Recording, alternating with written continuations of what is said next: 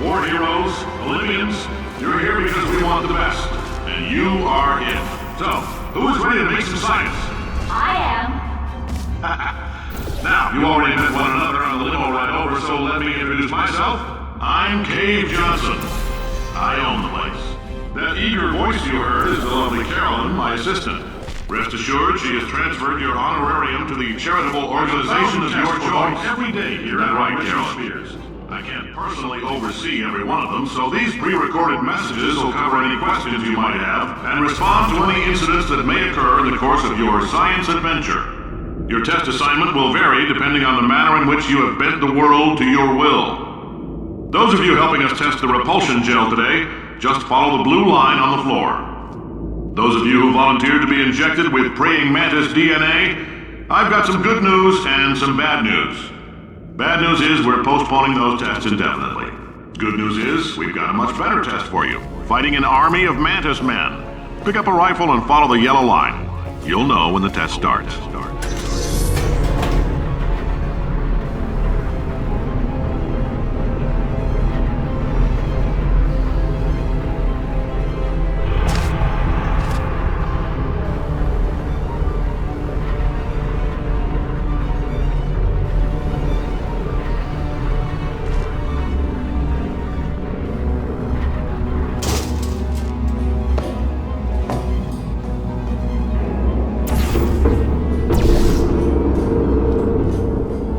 If you've cut yourself at all in the course of these tests, you might have noticed that your blood is pure gasoline. That's normal. We've been shooting you with an invisible laser that's supposed to turn blood into gasoline, so all that means is it's working.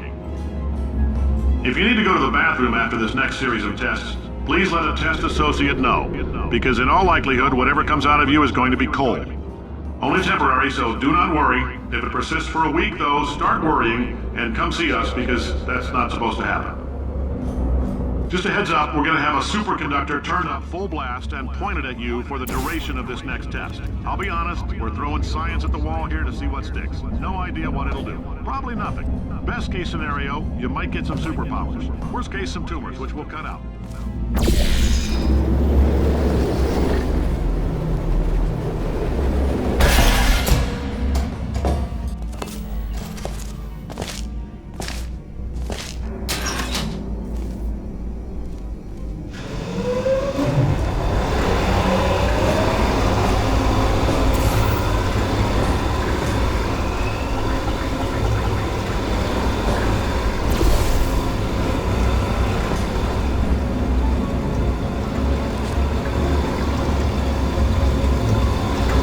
They say great science is built on the shoulders of giants. Not here. At Aperture, we do all our science from scratch. No hand-holding.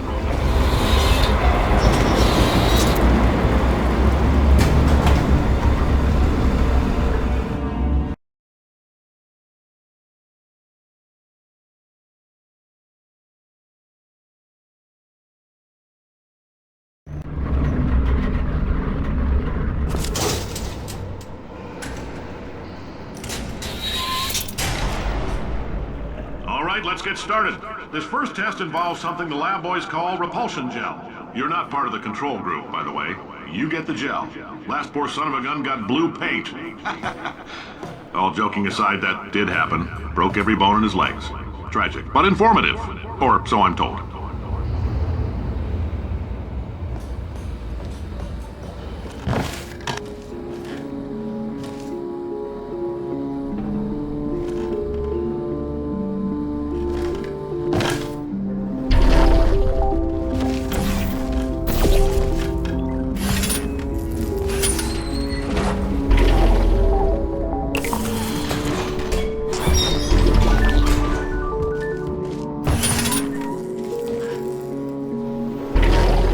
Boys just informed me that I should not have mentioned the control group. They're telling me I ought to stop making these pre-recorded messages. That gave me an idea. Make more pre-recorded messages. I pay the bills here, I can talk about the control group all damn day. For this next test, we put nanoparticles in the gel. In layman's terms, that's a billion little gizmos that are going to travel into your bloodstream and pump experimental genes and RNA molecules and so forth into your tumors. Now, maybe you don't have any tumors. Well, don't worry. If you sat on a folding chair in the lobby and weren't wearing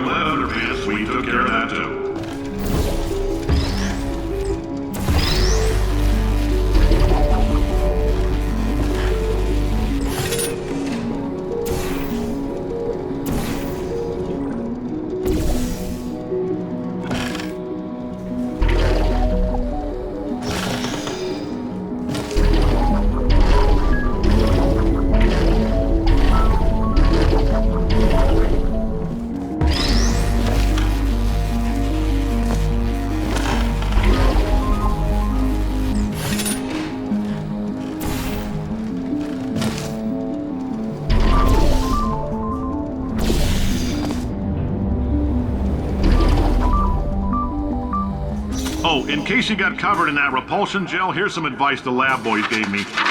Do not get covered in the repulsion gel. We haven't entirely nailed down what element it is yet, but I'll tell you this, it's a lively one, and it does not like the human skeleton.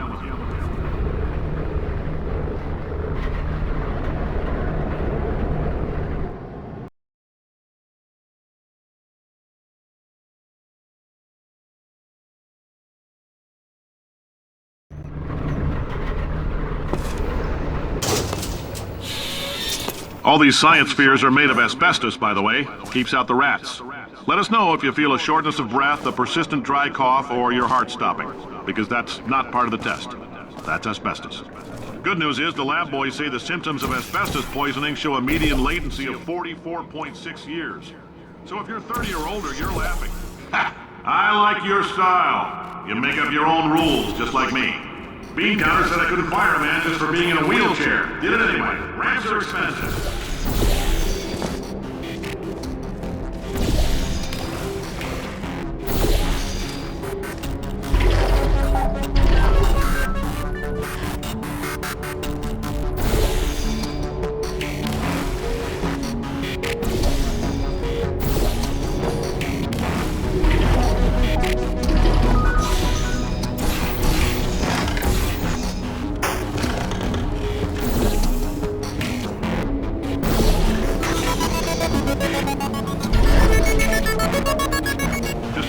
That coffee we gave you earlier had fluorescent calcium in it so we can track the neuronal activity in your brain.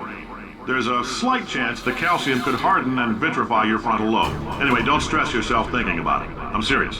Visualizing the scenario while under stress actually triggers the reaction.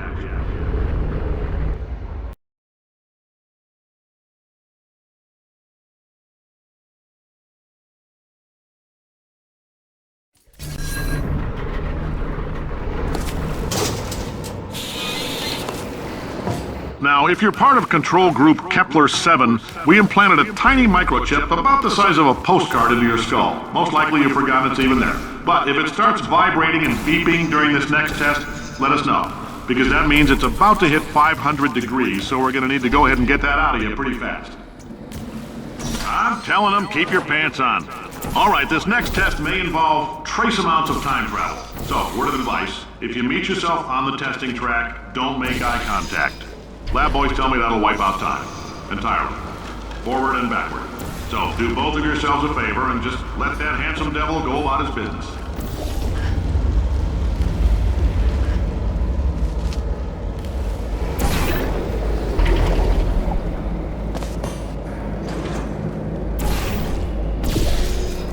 If you're hearing this, it means you're taking a long time on the catwalks between tests.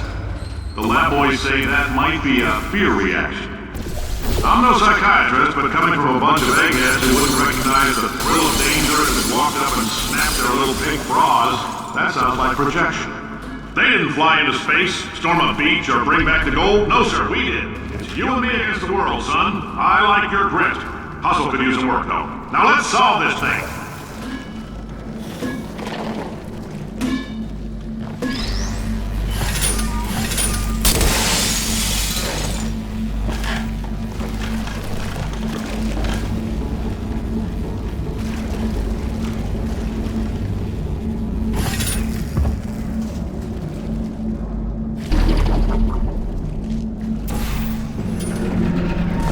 Science isn't about why, it's about why not. Why is so much of our science dangerous? Why not Mary save science if you love it so much? In fact, why not invent a special safety door that won't hit you on the butt on the way out because you are fired? Now you test subject, you're doing fine. Yes, you, box your stuff. Out the front door, parking lot, car, goodbye.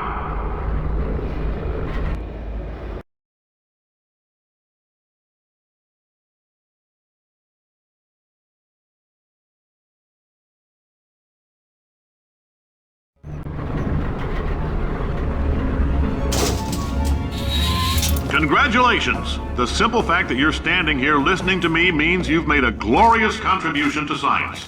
As founder and CEO of Aperture Science, I thank you for your participation and hope we can count on you for another round of tests. We're not going to release this stuff into the wild until it's good and damn ready, so as long as you keep yourself in top physical form, There'll always be a limo waiting for you. Say goodbye, Carolyn. Goodbye, Carolyn. She is a gem.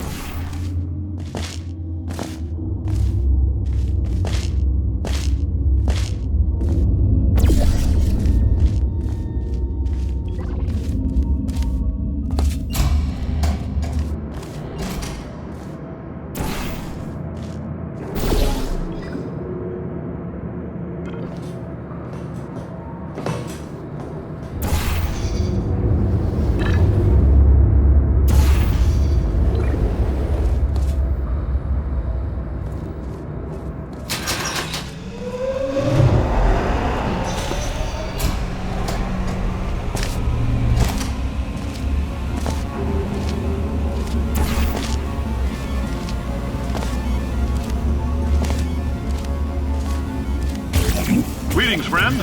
I'm Cave Johnson, CEO of Aperture Science. You might know us as a vital participant in the 1968 Senate hearings on missing astronauts. And you've most likely used one of the many products we invented, but that other people have somehow managed to steal from us. Black Mesa can eat my bankrupt... Sir, the testing? Right. Now you might be asking yourself, Cave, just how difficult are these tests? What was in that phone book of a contract I signed? Am I in danger? Let me answer those questions with a question. Who wants to make $60? Cash. You can also feel free to relax for up to 20 minutes in the waiting room, which is a damn sight more comfortable than the park benches most of you were sleeping on when we found you. So, welcome to Aperture. You're here because we want the best, and you're it. Nope. Couldn't keep a straight face. Anyway, don't smudge up the glass down there. In fact, why don't you just go ahead and not touch anything unless it's test related?